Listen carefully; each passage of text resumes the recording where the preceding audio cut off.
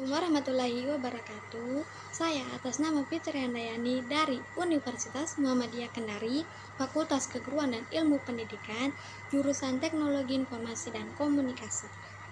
Video kali ini saya akan menjelaskan materi tentang belajar berbasis aneka sumber yang meliputi: pertama, pengertian belajar berbasis aneka sumber; yang kedua, strategi belajar berbasis aneka sumber; yang ketiga, ciri-ciri belajar berbasis aneka sumber; yang keempat, aneka sumber yang dimanfaatkan pengembangannya dalam belajar berbasis aneka sumber; yang kelima, komponen belajar berbasis aneka sumber; yang keenam, kelebihan dan kekurangan belajar berbasis aneka sumber.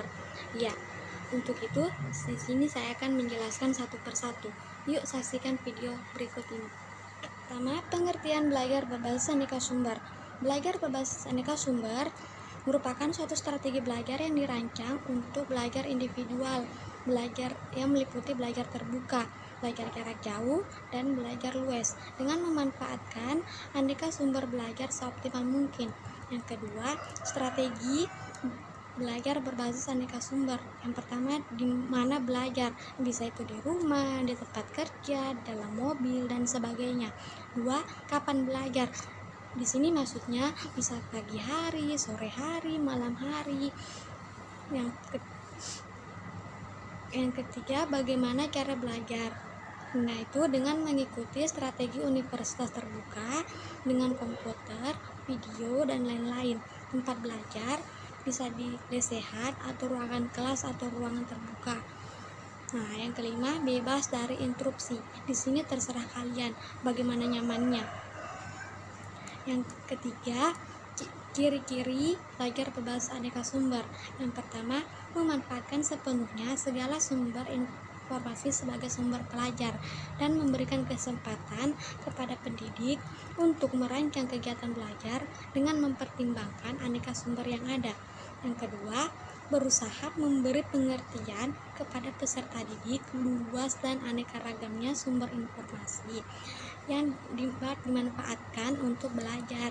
Yang ketiga, bertujuan mengganti pasivitas peserta didik dalam belajar tradisional dengan belajar aktif didorong oleh minat. 4. Berusaha meningkatkan motivasi belajar dengan menyajikan berbagai bahan pelajaran, strategi kerja, dan media komunikasi yang berbeda dengan kelas tradisional. Yang kelima, memberi kesempatan kepada peserta didik untuk belajar menurut kecepatan dan kesanggupan masing-masing. 6. Fleksibel dalam penggunaan waktu dan ruang belajar. 7. Berusaha mengembangkan kepercayaan terhadap diri sendiri dalam hal belajar yang memungkinkan peserta didik belajar sepanjang hidup. 4. Aneka sumber yang dimanfaatkan dalam pengembangan belajar berbasis aneka sumber.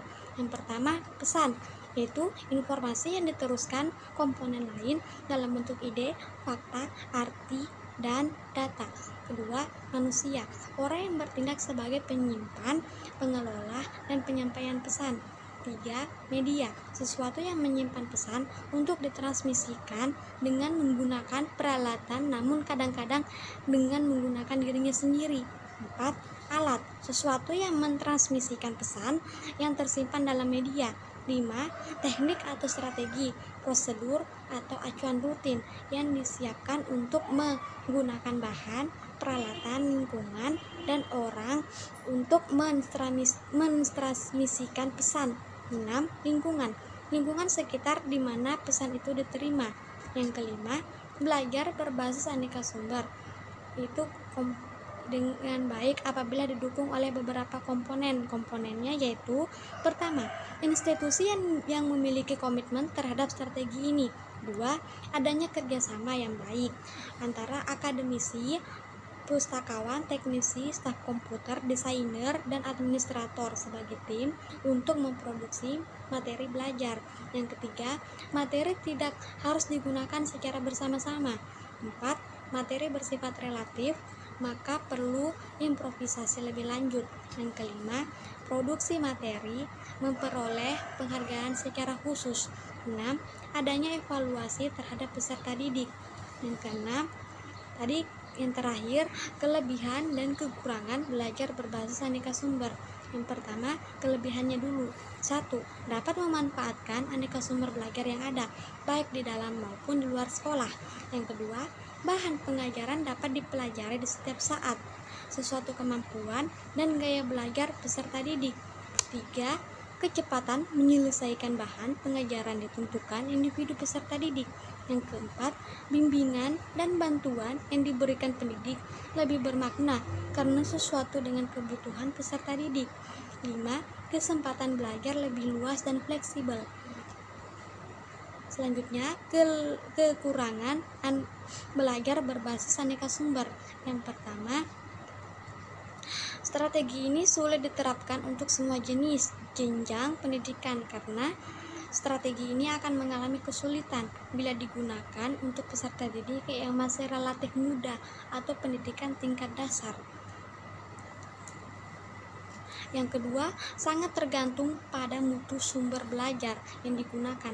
Artinya, kualitas, kuantitas, dan intensitas penggunaan sumber belajar akan berpengaruh terhadap keberhasilan strategi ini. Ya, mungkin itu saja materi yang dapat saya sampaikan. Semoga yang menonton dapat bermanfaat, dan saya pun juga meminta maaf yang sebesar-besarnya jika penjelasan saya ini terlalu cepat atau terburu-buru. Mungkin itu saja. Assalamualaikum warahmatullahi wabarakatuh.